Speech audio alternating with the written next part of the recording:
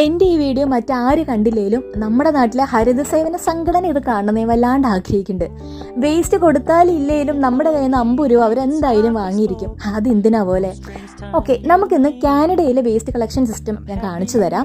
അതായത് ഇവിടെ വേസ്റ്റ് നമുക്ക് നാട്ടിലെ പോലെ ഫുഡ് വേസ്റ്റ് മരത്തിൻ്റെ ചോട്ടിൽ വളമായിട്ടിടാനോ അല്ലെങ്കിൽ കത്തിക്കാനോ ഒന്നും പാടില്ല. എല്ലാം നമ്മൾ ഈ ബിന്നിലേക്ക് ഇടണം. ഇത് ഗവൺമെൻറ് പ്രൊവൈഡ് ചെയ്യുന്ന ബിൻസാണ്.